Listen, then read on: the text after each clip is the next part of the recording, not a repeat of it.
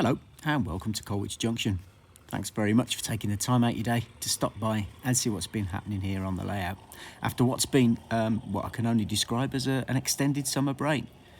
Due to temperatures getting a bit warm in the loft and a complete loss of modelling mojo, I haven't really been up in the loft to do any work or post any videos recently, but we're back. So yeah, let's see what's been going on. Last time I dropped a video, I think Accurascale had just released their Class 66 and I got 122 in the DRS livery.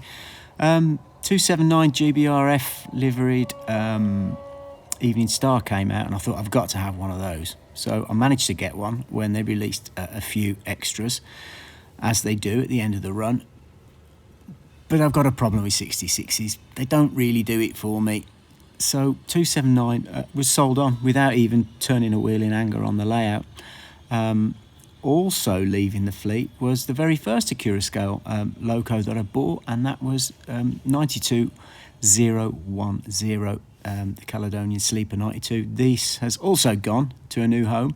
I know they're going to release some more of the Mark V coach in stock to suit, but you know, it's going to cost too much money to get a realistic rake, so that's been sold on and it's gone to a new home as well. We've also dipped a toe into the 21st century here at Colwich over the last month or so. We've added the Wi-Fi module to the Prodigy system, so I can control the trains now from the iPad, which is great. I was always dropping the controller, so yeah, that's been a very welcome addition. The layout here at Colwich is very simple. It's just a couple of loops really. All I ever wanted to do was watch trains go by. Colwich South, which is the end of the layout, which has been waiting to be completed for years now, has got a very random control system on the points. Behind the back scenes there were some infrared detectors on a couple of sidings, because obviously they're out of sight, so basically the infrareds were put in there so I didn't run trains through the end of the buffers. Now you can just see a shot of it behind the main back scene. So yeah, I thought it's about time I made a control panel. So it's all fairly simple stuff. I've used insulation tape for the track diagram, and my label maker. It's very, very simple, but I'm quite pleased with the way it's turned out.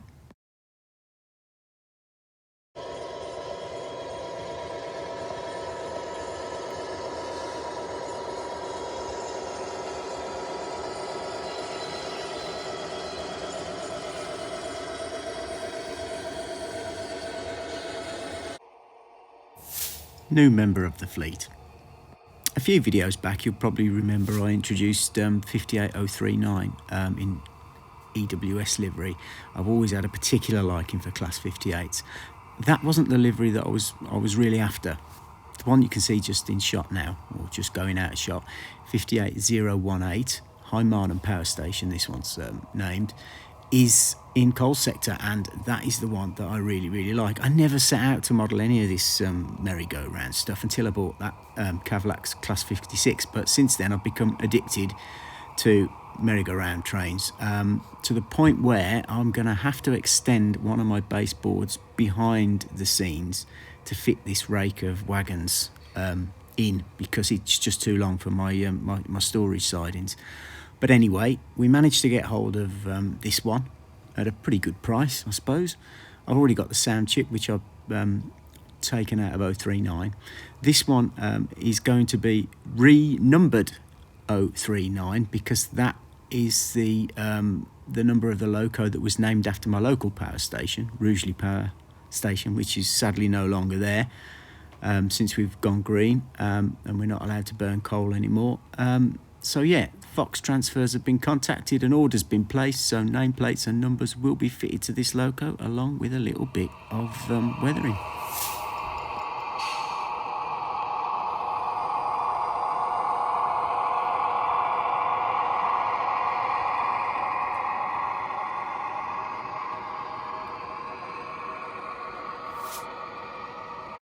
Sadly, with the arrival of the new coal sector 58, my original 58039, the factory weathered EWS version, has also been sold on. It's a bit of a merry-go-round this last couple of months with locos coming and going. Nice one this, but it's not my favourite livery, so yeah, she had to go. So that's another one off to a new home.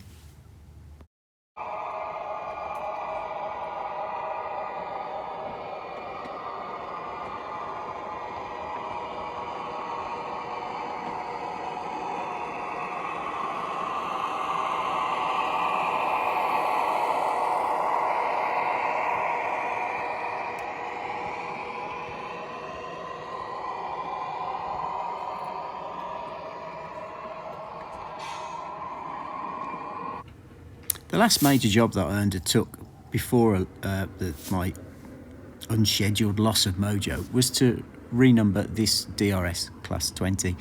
This was in the original DRS livery, and I needed it in the compass livery so it would match my other 20, which is just coming into shot here. So I'm very, very pleased with the way this one's turned out. I've weathered it. I still need to weather the leading loco, which is 312. So they match perfectly, and they'll both need sound fit. No, they won't both need sound fitting. One's already sound fitted, and the one that I've just weathered will need sound fitting, because, I mean, who doesn't love the sound of a Class 20? I know I do. They're one of my favourites. So yeah, it's nice to have these two running together rather than the mismatched pair that I'd got before.